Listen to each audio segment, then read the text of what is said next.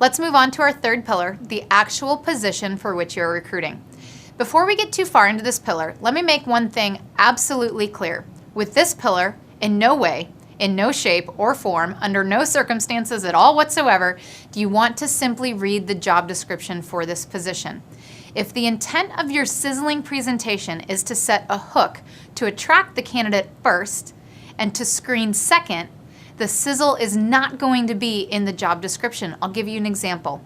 They are looking to add a senior sales manager to their team. The successful candidate will be an energetic, effective communicator who is able to accelerate in a sales environment.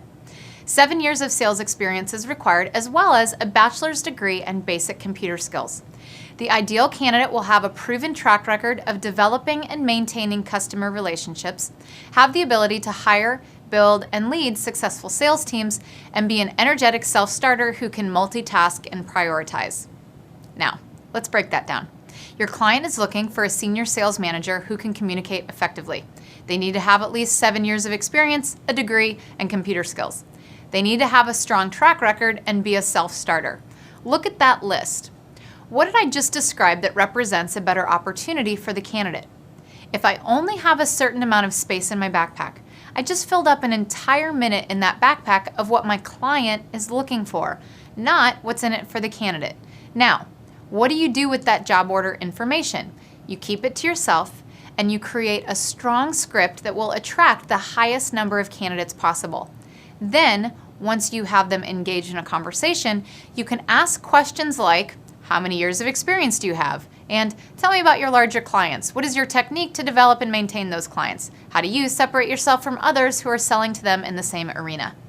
If the answers to these questions rule this candidate out from consideration with your client, you would rather be the one making that decision than having the candidate take themselves out prematurely.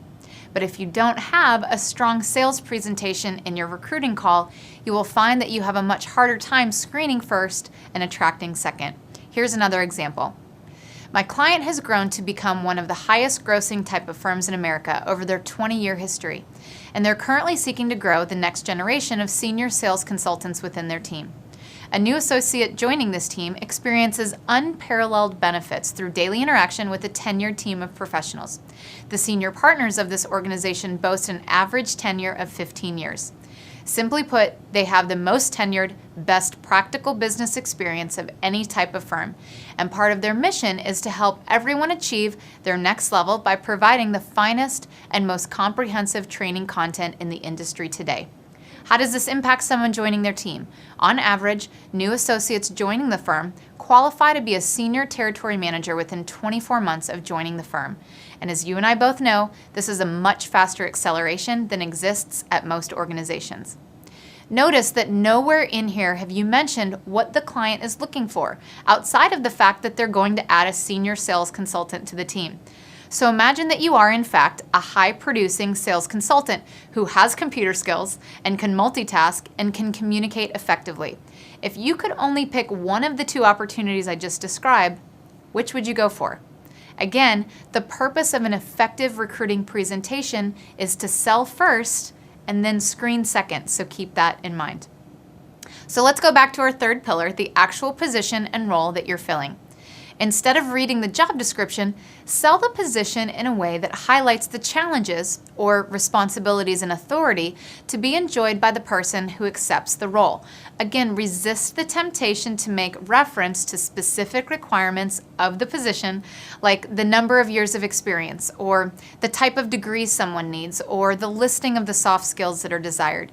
Even if this candidate doesn't qualify for this search, you want to make sure that you keep the conversation going to better understand if they qualify for other searches, either now or in the future.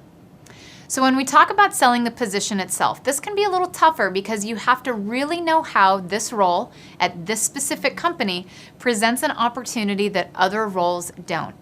Typically, we have a tendency to describe the position in terms of the functions that the role performs, which really aren't all that compelling. Think about it. There are tedious elements to every job. If a recruiter called you and said, I have this great new opportunity, it's to be on the phone for X hours a day and qualify candidates for exciting jobs, that probably wouldn't entice you too much.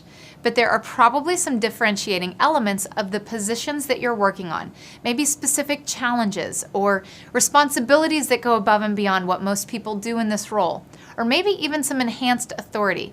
However, this might require you to go back to the drawing board with your client because most recruiters have a general understanding of what your candidates do all day, but not specific enough to truly compare one position to another.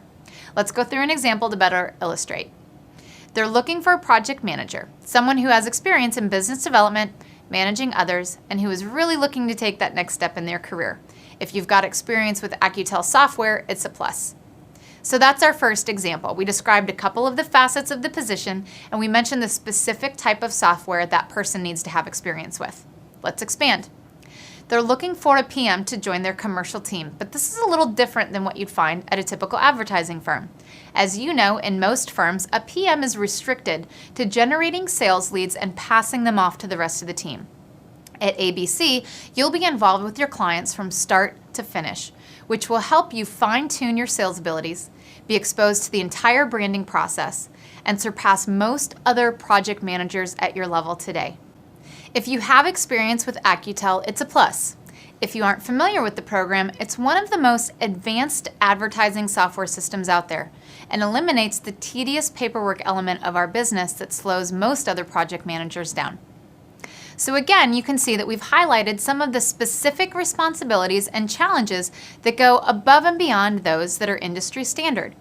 Make sure that if you are going to sell the position, you avoid reading the job description and instead dive into the challenges or heightened responsibilities that this person who fills this role will experience. Again, resist the temptation to make reference to specific requirements of the position, like the number of years of experience needed or the type of degree someone needs or anything else that would allow a prospective candidate to rule themselves out of consideration prematurely.